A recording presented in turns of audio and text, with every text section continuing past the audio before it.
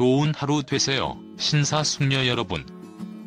얼마 전 미국 군사 전문지 더 DPROMATG에 한국의 KF-X가 가장 성공적인 5세대 전투기가 될 것이라고 예측을 하는 기사를 내보냈다. 온갖 부정적인 견해를 무릅쓰고 꾸준히 추진해온 KF-X의 시제기가 올해 말까지 조립을 마치고 내년 초 공개를 한다고 한다.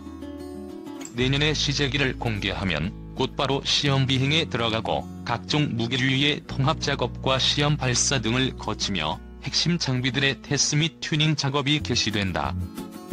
그 과정을 마치면 2026년부터 본격적인 양산과 실전 배치에 돌입한다. 그동안 미국이 KF-X 탑재용 무기를 판매하지 않겠다는 입장을 보여 KF-X 사업에 대해 비관적인 견해를 보이는 사람들이 많았었다. 그러나 미국은 실존하는 기체가 아닌 페이퍼상의 기체에 무기를 팔지 않는다는 방침일 뿐이라며 한 발 뺐었다. 이후 최근에는 JDAM 정밀유도 폭탄의 대량 판매를 승인했다는 소식과 함께 기타 다른 무기도 판매할 의사를 내비쳤다.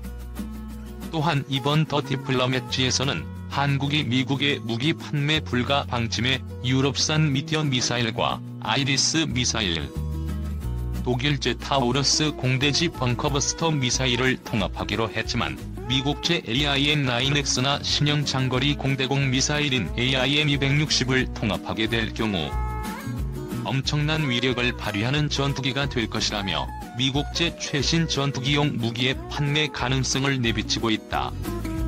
우리도 이러한 전투기 발사용 무기류를 차체 개발하고 있기는 하지만 아직 우리만의 전투기 플랫폼이 없었기에 충분한 노하우와 기술을 갖추지 못하고 있다.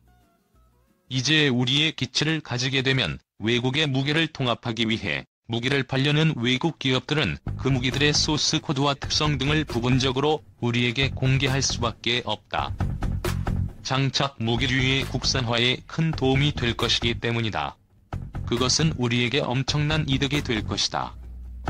어쨌든 미국이 자국산 무기의 KF-X 통합을 이야기하고 있고 무기를 팔기 시작했다는 것은 미국도 KF-X의 성공을 사실상 인정하고 있는 셈이다. 이 매체가 KF-X를 가장 성공적인 5세대 전투기로 보는 이유는 여러 가지가 있다. 그 하나로 다른 나라들과 달리 핵심 기술의 국산화율이 높다는 것, 비용과 성능의 타협선이 적당하다는 것, 한국 자체의 도입 수량이 충분하다는 것. 현재 KF-X에 견줄만한 새로 개발되는 차세대 전투기가 미국, 중국제 이외에는 없다는 점 등을 들었다. 대부분의 군사 전문가들이 완전한 스텔스기가 아니라는 이유로 4.5세대로 분류하고 있지만 이 매체는 사실상의 5세대로 분류를 하고 있다. 미국이 알고도 모른 채 한 것인지? 아니면 우리가 보안을 잘 유지해온 것인지는 몰라도 미국이 일본이 차세대 전투기를 개발한다고 할 때 보여줬던 그런 노골적인 견제는 없었다는 점을 보면 어쩌면 미국이 방조를 했을 가능성도 점칠 수 있다. 우리는 이미 20년 전부터 스텔스 기술을 연구해오고 있었다고 한다. 그리고 우리 전문가나 세계의 전문가들이 놓치고 있는 부분이 있다. 헬스 도료로 사용할 수 있는 메타물질을 일찌감치 개발했었고 이를 구형 전투기에 발라 각종 테스트를 진행해오고 있었다고 한다. 기타 미국이 판매 거부를 한 핵심 기술들도 사실은 오래전부터 개발해오고 있었던 것들이다. 이래서 2년 전부터는 미국은 한국이 실제 자신의 실력을 숨기고 있다며 의심의 눈초리를 보내고 있었다. 그 정도로 우리의 숨은 내공이 오랫동안 차근히 준비해오던 것이지 갑자기 하늘에서 떨어진 기술이 아니다. 더 디플로매치는 한국의 노후 전투기인 F4, F5뿐만 아니라 현재 최신 버전으로 업그레이드하고 있는 한국 자체 제작 KF-16을 제외한 미국으로부터 직도입한 초기형 F-16을 KF-X로 전량 교체할 가능성도 언급하면서 그렇게 될 경우 한국은 미국을 제외한 가장 강력한 공군력을 갖출 수 있다는 분석도 내놓았다. 다만 가격이 문제라서 수량적으로는 좀 줄어들 가능성이 크지만 전체적인 공군력에서 지금과는 비교할 수 없는 강력한 공군으로 환골탈태하게 될 것이라고 보고 있다. 또한 내 분석이긴 하지만 일부 밀매들 사이에서 나오고 있는 항공모함 함재기 버전의 개발도 충분히 가능성을 열어두고 있다는 점이다. KF-X는 대형기체인 F-15와 미국에서는 경량이지만 우리는 미들급으로 분류하고 있는 F-16의 중간으로 자리 잡고 있는 미국의 항공모함 함재기 F-18 슈퍼호넷급을 염두에 두고 만드는 기체다. 실제 덩치도 비슷하지만 KF-X에 사용하는 엔진이 F-18 슈퍼호넷에 들어가는 엔진이다. KF-X는 F-18보다 훨씬 늦게 개발되는 기체로서 신소재 적용률이 높고 최신 설계 기법이 들어가 있기 때문에 오히려 기동성 등이 더 뛰어나다. 중량대 추력비도 F-35보다 높기 때문에 항공모함의 짧은 활주로에서 이착륙할 때의 충격을 견딜 수 있게 기골 보강 및 랜딩 기어만 보강하면 함재기로의 개량도 크게 어려운 문제가 아니다. 모탑재 버전은 수량이 적으므로 랜딩 기어를 따로 개발하는 것보다는 같은 체급인 F-18의 것을 수입하는 게 가격 측면에서 유리할 것이다. 수출 시장에서도 F-35와의 경쟁력에서 뒤처지지는 않을 것으로 보고 있다. 어차피 미국도 수출형은 일부 성능을 빼거나 다운그레이드를 해서 판매하는 것이고 지금 가격을 확 내렸다고.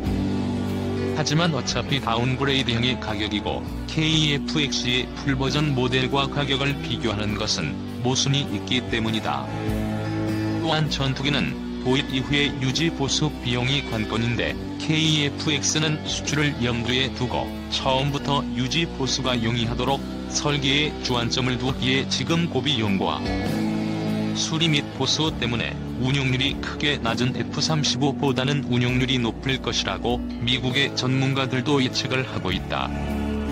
또한 우리가 판매할 수 있는 나라들은 정치적 이유로 인해 미국과 직접 부딪혀야 하는 시장은 드물 것이고 주로 중국과 부딪힐 가능성이 높다는 이유에서 미국은 오히려 KF-X에 대해 우호적인 시선을 보내는 측면도 보인다. 참 어려운 길을 걸어왔는데 어느새 몇 달 후면 그 시제기가 완성된다고 하니 국민의 한 사람으로서 기대가 크다. 얼마 전 공개된 KF-X 의부속 부품 중 내부 무장창의 공간으로 추정되는 부품 모습이 포착되었습니다. 랜딩 기어가 들어가는 곳이다로 이해했지만 타 사이트에서는 내부 무장 공간이다라는 주장도 보았습니다. 궁금한 점은 KF-X의 제작의 밑바닥은 스텔스기를 추종한 4.5세대 전투기가 아닌 완전한 5세대 전투기를 추종하여 제작하는 것인가입니다. 즉 처음부터 4월 5일 세대 전투기를 제작함에 있어서 4.5세대 전투기가 5세대 전투기로 제작되는 건 전례가 없으며 아예 새로운 기체를 베이스로 제작하는 것이 더 제작 가성비에 맞다는 댓글을 과거에 본 적이 있다 보니 KF-X는 4.5세대기로서 천명한 이상 5세대기와는 다른 본격적인 스텔스기로서의 한계적이 명확할 것이다 라고 생각합니다. 한계점이란 아무리 블록 단위로 쪼개 개발하여도 본격적인 5세대 전투기로서 전투기는 안 된다가 제 개인적인 결론이었습니다. 실제로 최종 공개된 C-109는 형상은 스텔스기와 같은 무소리가 정립된 디자인일지언정 각종 센서가 외부 그리고 무장도 모두 외부에 장착 되는 것이 전제로 공개된 것으로 알고 있습니다.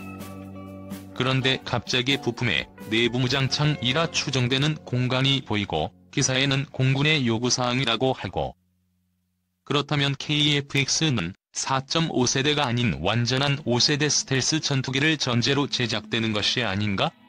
하는 생각도 듭니다. 즉 훈련기를 바탕으로 T-50이 제작된 것이 아닌 경공격기를 바탕으로 제작된 것처럼 말이죠. 혹 정말로 5세대 전투기 제작을 전제로 제작되는지 그것이 궁금합니다. 물론 자세히는 알 수 없겠지만